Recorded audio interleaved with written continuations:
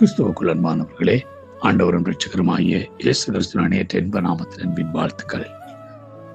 நம் தொடர்ச்சியாக தேவனாகிய கர்த்தர் நம்முடைய வாழ்க்கையில் அனுமதிக்கிறது, அவர் அனுமதியாதமான காரியங்களை குறித்து நாங்கள் தியானித்து வருகிறோம். நேற்று தின ஜோனாவுடைய வாழ்க்கையில கர்த்தர் அங்கே கடலிலே போட அனுமதித்தாலும் அவன் அழிந்து போகாதபடி அவனை மீட்டுக் கொண்டதை நாங்கள் பார்த்தோம். இன்றைய நாள் நாங்கள் பார்க்க போகிறது பேதுருவை குறித்து பார்க்கிறோம்.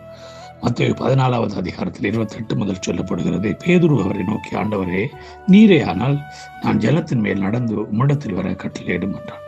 அதற்கு அவர், வா என்றார். அப்பொழுது பேதுரு படவை விட்டு இறங்கி இயேசுவினிடத்தில் போக ஜலத்தின் மேல் நடந்தான். காற்று பலமாயிருந்ததை கண்டு பயந்து அமிழ்ந்து போகையில், ஆண்டவரே, நீர் என்னை ரட்சியும் என்று கூப்பிட்டார். பாருங்க பிரியமான தேவனுடைய பிள்ளைகளே, பேதுருடைய வாழ்க்கையில இயேசு கிறிஸ்து கடலிலே நடந்தது போல அவனும் நடக்கும்படி கர்த்தர் செய்தான். விசுவாசத்தோட அவன் கேட்டான். இயேசு அவனுக்கு மறு உத்தரவு கொடுத்தார். அவன் கடலில் நடந்து வந்தான். வேதம் அழகா சொல்லுகிறது, அங்கே காற்று பலமா இருந்ததை கண்டு பயந்தான். இதுதான் நம்முடைய வாழ்க்கையில் இன்னைக்கு பார்க்கிறோம். ஆண்டவராய் இயேசு கிறிஸ்து அவனை கடல் நடக்க செய்தார். ஆனால் சுற்றி இருந்த சூழலை அவன் பார்க்கிற பொழுது அந்த சூழல் அவனுக்கு எதிராக இருக்கிறது கண்டான். கடலை அலையை பார்த்தான், காற்றை பார்த்தான், பயந்தான். அடுத்த நிமிஷமே அவன் அமிழ்ந்து போகிறான். பிரியமான தேவனுடைய பிள்ளைகளே, அவன் அமிழ்ந்து போகிறதுக்கான விடல, அவருடைய அவிசுவாச நிமித்தம் அவன் அமிழ்ந்து போகும்பொழுது அவன் அந்த அமிழ்ந்து போகுதலிலே அவன் அழிவை காணாதபடிக்கு கர்த்தரே அவனை தூக்கிவிட்டார். அல்லேலூயா. அங்கே பார்க்கிறோம், ஆண்டவர் சொல்லுகிற உடனே இயேசு கையை நீட்டி அவனை பிடித்து, அற்ப விசுவாசியை ஏன் சந்தேகப்பட்டாய் என்றார். இன்றைக்கு நம்முடைய வாழ்க்கையில ஆண்டவர் நம்மளை கைவிட்டது போல ஒரு தோணுகிறோமா?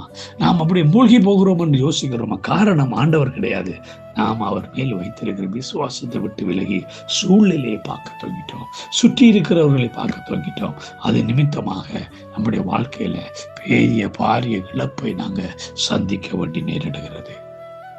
ஆனால் ஆண்டவர் இயேசு கிறிஸ்து நாங்கள் எப்பொழுதும் விசுவாசத்தோடு இருக்கும்படி அழைக்கிறார். இயேசுடைய சீஷர்கள் ஒரு சமுதாயம் பார்க்கிறோம். மத்தேயு 17ஆம் அதிகாரம் 20ஆம் வசனத்தில் விசுவாசத்தை துரத்த முடியவில்லை. இயேசுவினிடத்தை கேட்கிறார்கள். அங்கே அதில் கடிந்து கொள்கிறார். அற்ப விசுவாசிகள் எதுவரைக்கும் நான் உங்களோட இருப்பேன் என்று கேட்கிறார். நாசரேத்தூரில் இருக்கிற இயேசு போன பொழுது அங்குள்ளவர்கள் விசுவாசிக்கவில்லை. ஆனால் இயேசு அவரோட அவிசுவாசத்தை அற்புதம் செய்யாதபடி திரும்பி போகிறார். மார்க் 16:14 பார்க்கிறோம். சீசர்கள் ஆண்டவராகிய இயேசு கிறிஸ்துவின் உயிர்த்தெழுதலை விசுவாசிக்கல, அவர்கள் அவிசுவாசத்தை கண்டு அவர் கண்டிந்து கொள்கிறார். நம்முடைய வாழ்க்கையில சூழ்நிலையை பார்த்து, சுற்றி இருக்கிறவர்களை பார்த்து நாம் அவிசுவாசப்படாதபடிக்கு விசுவாசத்தோடு முன்னுக்கு செல்லும். நம்முடைய அவிசுவாசம் நம்மளை அமிழ்ந்து போக பண்ணும். ஆனால் ஆண்டவராகிய இயேசு நம்மளை அழிவுக்கு தப்ப வைக்கிறவர், அவர் அழிவிலிருந்து காப்பாற்றுகிறவராய் இருக்கிறார். எபிரேயர் 3ஆம் அதிகாரம் 12ஆம் வசனத்தில், சகோதரி, ஜீவனுள்ள தேவனை விட்டு விலகுவதற்கு ஏதுவான அவிசுவாசம் உள்ள பொல்லாத இருதயம் உங்களில் ஒருவனுக்குள்ளும் இராதபடிக்கு நீங்கள் எச்சரிக்கையாயிருங்கள். அல்லேலூயா. நம்முடைய வாழ்க்கையில இதான் மிக முக்கியமான காரியம். நமக்குள்ள ஜீவனுள்ள தேவனை விட்டு விலகக்கூடிய, அவருடைய அன்பை விட்டு விலகக்கூடிய, அவருடைய சத்தியத்தை விட்டு, அவருடைய வல்லமையை விட்டு விலகக்கூடிய எந்த அவிசுவாசத்துக்கு நம்முடைய வாழ்க்கையில் இடம் கொடுக்காதபடி அவர் மேல விசுவாசத்தோட முன்னோக்கி செல்வோம். கர்த்தர் உன்னை அமிழ்ந்து போக, அழிந்து போக விட மாட்டார். அவர் உன்னை தூக்கி நடத்துவார். அப்படிப்பட்ட கிருபையை கர்த்தர் நம்மள ஒரு தந்தருள்வாராக. God bless you all.